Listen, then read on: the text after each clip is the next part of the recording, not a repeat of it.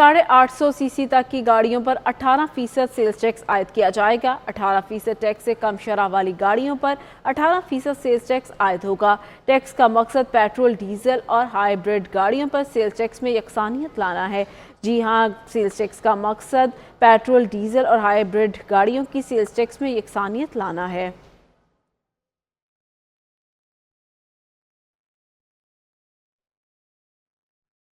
850 CC तक की गाड़ियों पर 18% सेल्स टैक्स आयद किया जाएगा। 18% टैक्स से कम शरह वाली गाड़ियों पर 18% सेल्स टैक्स आयद होगा। टैक्स का मकसद पेट्रोल, डीजल और हाइब्रिड गाड़ियों पर सेल्स टैक्स में यकसानियत लाना है।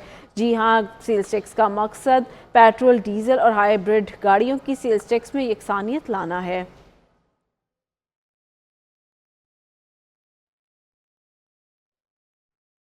850 सीसी तक की गाड़ियों पर 18% सेल्स टैक्स आयद किया जाएगा। 18% टैक्स से कम शरह वाली गाड़ियों पर 18% सेल्स टैक्स आयद होगा। टैक्स का मकसद पेट्रोल, डीजल और हाइब्रिड गाड़ियों पर सेल्स टैक्स में यकसानियत लाना है।